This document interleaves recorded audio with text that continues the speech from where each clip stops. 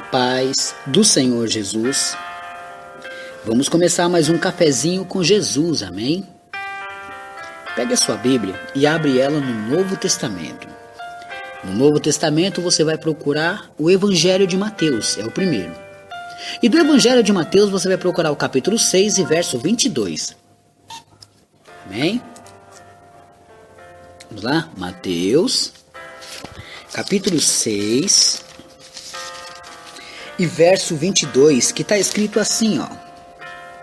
A candeia do corpo são os olhos, de sorte que se os teus olhos forem bons, todo o teu corpo terá luz. Amém?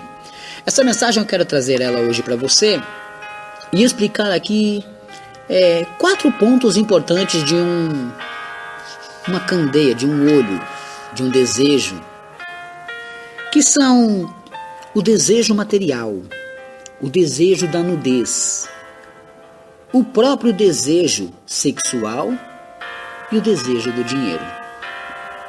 Amém? Bom, vocês viram aí que a candeia do corpo são os olhos, de sorte que se os seus olhos forem bons, todo o teu corpo terá luz. Se porém os seus olhos forem maus, todo o teu corpo será tenebroso. Verso 23. Então depende muito de como vai ser o seu corpo, porque cada vez que você der oportunidade para o inimigo, ele vai invadir o seu ser, ele vai destruir o seu conhecimento e te afastar de Deus. Essa é a maneira que ele quer trabalhar. Mas nós vamos entender aqui que em Mateus 6, 22 está dizendo que nós temos que tomar cuidado com aquilo que olhamos, aquilo que botamos nos nossos olhos e queremos. Havia um querubim muito lindo, um querubim que praticamente estava tentando ofuscar a glória de Deus. Ele não pecou com a sua boca, mas pecou com o seu olhar, porque tudo que ele enxergava de Deus, ele desejava. Assim foi a queda de Satanás. Agora, eu quero falar um pouco aqui sobre 4 pessoas que, através delas, dos olhares delas, houve grandes confusões. A primeira foi Abraão e Ló. Quando eles saíram da sua terra, e de repente começou a ter contendas os pastores de ambos, e começaram a discutir. Eu quero que você se enquadre em cada mensagem que eu te disser aqui. E aí aconteceu que Abraão disse a ele: olha Ló, você é meu sobrinho. Se você escolher a esquerda, eu irei para a direita. Se você escolher a direita, eu irei para a esquerda. Abraão tinha confiança em Deus em qualquer canto que ele fosse, da maneira que fosse. Mas o olhar material de Ló era aquela campina verdejante, aquela campina bela.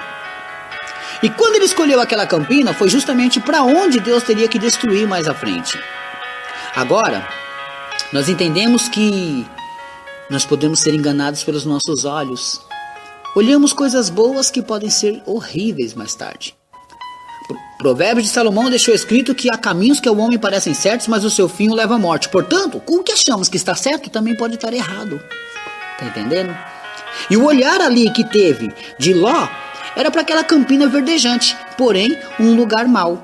Então nosso olhar não pode ser assim. Nós temos que confiar em Deus, em qualquer canto que Deus nos colocar. Tem muita gente que tem paz dentro de uma favela e muito rico que vive em perturbação dentro de uma mansão. Isso pode acontecer. Agora veja outra história que é de Noé. Noé plantou uma vinha depois do dilúvio. E da mesma vinha ele se embebedou-se, né? Já preguei essa mensagem e alguns vão recordar. Só que ele embebedou-se e aí o seu filho começou a ver a nudez dele e contar para os seus irmãos. Seus irmãos cobriu o rosto para não ver. Se é para não ver, é para não ter visão, para não trazer dentro de si aquela nudez de seu pai, que é um escândalo. O que aprendemos com a lição de Noé e seus filhos? Que qualquer escândalo que os seus olhos olharem, você tem que vigiar para que aquilo não venha te derrubar nem escandalizar a outros. Vigie. Ele amaldiçoou, Noé amaldiçoou seu neto, mas os seus outros filhos, eles esconderam o rosto para que não deixasse aquilo virar um escândalo sobre eles. A outra pessoa que eu quero falar é Sansão e Dalila. Sansão podia colocar os seus olhos em qualquer mulher do seu arraial, mas ele foi escolher uma mulher de fora. Era o que estava agradando aos olhos dele. E aquilo que estava agradando aos olhos dele era aquilo que ia levá-lo à ruína. Portanto, dessa maneira, ele não conseguiu mais voltar, porque ele ficou preso naquele tipo de desejo, preso naquele tipo de vontade. Ele não conseguia voltar. E ali ele foi enganado por Dalila.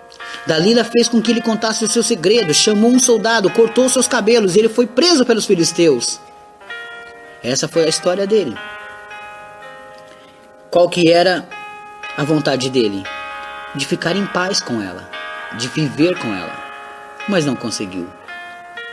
A quarta pessoa que eu quero falar é Geazi. Geazi era um servo de Eliseu. Eliseu fez uma cura, né? Ele abençoou, né? Deus usou ele abençoou Naamã. Naamã quis dar dinheiro, quis pagar aquela bênção, porque ele ficou muito grato por aquilo, ele tinha lepra. Mas Eliseu recusou, ele não estava vendendo a bênção de Deus. Geazi esperou Naamã ir embora. Quando Naamã já estava um bom espaço de distância, Geazi correu até ele e disse que o seu mestre se arrependeu e queria o dinheiro. Ele ainda mentiu. Naamã deu o dinheiro a ele. Quando ele voltou, ele ia ficar quietinho, mas o Espírito de Deus revelou isso para Eliseu. E Eliseu assim chama Geazi e fala: olha, o Espírito do Senhor me passou isso e você pegou o dinheiro. Então, tudo que estava de lepra nele agora passa para você. Foi o que aconteceu. Essas 4 pequenas histórias que eu contei aqui para você, sobre Abraão e Ló, eu disse para você que os olhos dele estavam, o olho de Ló estava na onde? Na campina. Ele quebrou a cara. Os olhos de um dos filhos de Noé estavam na nudez de seu pai, escândalo. Quebrou a cara. Os olhos de Sansão estavam em Dalila, desejo. Quebrou a cara. Os olhos de Geazi estavam no dinheiro. Quebrou a cara. Portanto, não adianta a gente achar que pode escapar de Deus com os nossos olhos nas coisas imundas. Veja o texto que nós lemos aqui de Mateus capítulo 6 e verso 22 e o 23. A candeia, né? A luz, a janela do nosso corpo são os olhos. De sorte, se os seus olhos forem bons, todo o teu corpo terá luz. Se os seus olhos forem bons, o seu corpo todo terá luz. Mas se seus olhos forem maus, o seu corpo será trevas. O que você decide aí? Será que seus olhos não estão nas coisas negativas? Seus olhos não estão nas coisas erradas? Será que seus olhos não estão vendo aquilo que não pode? E você está trazendo tudo isso para dentro da sua alma, está poluindo o seu ser, você não consegue mais andar, não consegue respirar. Por quê? Porque está preso no pecado. E tudo isso aconteceu desde o dia que você botou os olhos nas coisas erradas. Acredite você, a qualquer momento, qualquer um, pode pecar, pode tropeçar. Mas essa mensagem vem hoje te deixar alerta que você tem que colocar os seus olhos nas coisas boas, para que teu corpo tenha luz. Muita gente está andando em trevas porque colocou os olhos naquilo que não devia. Sabe quantos casamentos estão destruídos? Sabe quantas pessoas estão vivendo nas drogas, na bebida, na violência? Porque colocou os olhos naquilo que não devia, e aí? O seu corpo se tornou em trevas. Tenho certeza que você não quer isso para você. Portanto, agora a mensagem vem dizer para você abrir os seus olhos. Mas abrir os seus olhos e olhar para onde? Para o alto, que é de onde virá o nosso socorro. Lá em Salmo 121 diz isso. Olhai para o alto, que é de onde virá o seu socorro. Jó no capítulo 31, ele fez concerto com os olhos dele. Pensa, uma pessoa que faz concerto com seus próprios olhos. A partir de hoje eu não vou olhar mais para essas coisas. Eu não vou botar meus olhos mais nessas coisas. E ele lutou, ele fez um concerto com os seus olhos. Não é fácil para ninguém. Mas se você refletir na história de Satanás, os olhos dele cobiçou as coisas de Deus e caiu como um raio, disse Jesus. Se você olhar a história de Ló, você vai ver que ele foi ganancioso. Ele queria tirar proveito do seu próprio tio. Ele queria escolher a campina. E seu tio que se virasse com o que sobrasse. Então os olhos dele foi para aquela campina verdejante, bonita. Então ele escolheu aquelas coisas materiais. Quantas pessoas estão presas nas coisas materiais? Os seus olhos estão presos nas coisas materiais. Olhou, cobiçou, guardou dentro do coração, pronto. Só vive para aquilo. Não come, não bebe e só vive para aquilo. Se você for olhar ali também, Noé amaldiçoando seu filho, porque seu filho estava olhando o quê? A nudez de seu pai, e queria espalhar a notícia. Sabe quantos crentes hoje, em vez de pregar o evangelho, estão pregando desgraça, estão pregando maldade, porfias, invejas? Sabe quantos pregadores hoje, em vez de falar do evangelho, em vez de falar de Jesus, está pregando que fulano, ciclano, beltrano caiu, pecou, se prostituiu, está falando daquilo que não deve. O púlpito não é para ser usado para essas coisas. O púlpito é para ser usado para mandar para o povo a mensagem de Deus, é para pregar a mensagem de Deus, não é para ficar falando de mim, de você, de outro, não.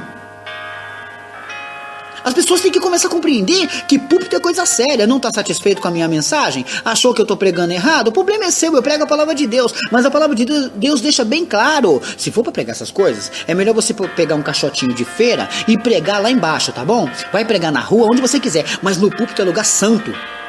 Ali toda mensagem que você pregar, ela vai ser enviada ao povo. Você não pode pregar qualquer coisa. Quando eu inventei aqui o cafezinho com Jesus, eu e Jesus inventamos isso, nós deixamos bem claro, eu preciso da mensagem, ele me dá a mensagem e eu prego, até aí tudo bem. Mas a partir do momento que eu quiser me sentir que eu sou alguma coisa, ele não me dá a mensagem, eu fico sem pregar. Irmãos, para pensar, o cafezinho com Jesus fez aniversário esses dias, eu não quis comentar nada com ninguém, só que para pensar, são mais de 500 mensagens, uma atrás da outra, todos os dias. Isso vem dele. Agora, ai de mim, se não fizer a vontade dele. Ai de mim se eu não pregar o evangelho dele. Eu não posso fazer igual ali, Ló, que olhou para as coisas materiais. Eu estou pregando um cafezinho porque eu estou pensando nos bens materiais. Errado, terei destruição. Eu estou pregando um cafezinho, tenho que tomar cuidado também com os escândalos. Não posso pensar nisso. Eu também estou ali igual Sansão, no desejo. Não posso fazer nada disso. Também estou igual ali Geazi e Naamã, pensando em dinheiro. Também não posso fazer assim. Eu tenho que tomar muito cuidado da maneira que eu faço. Agora, busque a Jesus, porque Jesus tem um colírio. Está lá em Apocalipse capítulo 3 e verso 18. Peça a Jesus esse colírio. Esse colírio que vai limpar os seus olhos e não vai permitir você ficar olhando nada ofuscado e nada maligno. Amém? Essa é a mensagem que Deus colocou no meu coração para hoje, para que você venha se alimentar, para que você venha aprender, para que você possa fazer um concerto com seus olhos, como essa mensagem ensinou. Moisés, em Hebreus 11:27, ele estava vendo o invisível. Ele não estava enxergando com os olhos, mas ele estava enxergando com os olhos espirituais. Ele estava enxergando o invisível. Eu poderia falar de Jacó e Esaú, quando Esaú olhou o prato de lentilha. Eu podia falar isso, mas não é o caso. Hoje, a mensagem vem para te alertar, abrir seus olhos e mostrar para você que você precisa, mas precisa mesmo, fazer concerto com os seus olhos. Amém?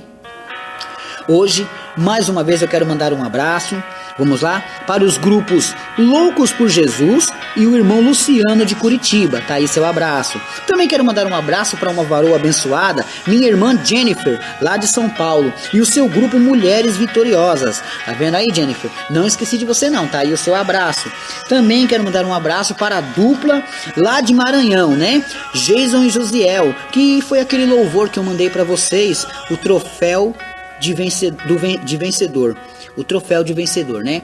Eu amei aquele louvor e eu quis mostrar, sabe? Eu achei maravilhoso. Nós temos que fazer propaganda mesmo daquilo que está conosco, que é nascido nas raízes de Jesus, sabe? E essa dupla tem feito isso. É uma dupla humilde, tem trabalhado ao Senhor e eu quero honrá-los dessa maneira. Amém? Deus abençoe a todos e fiquem todos na paz do Senhor Jesus.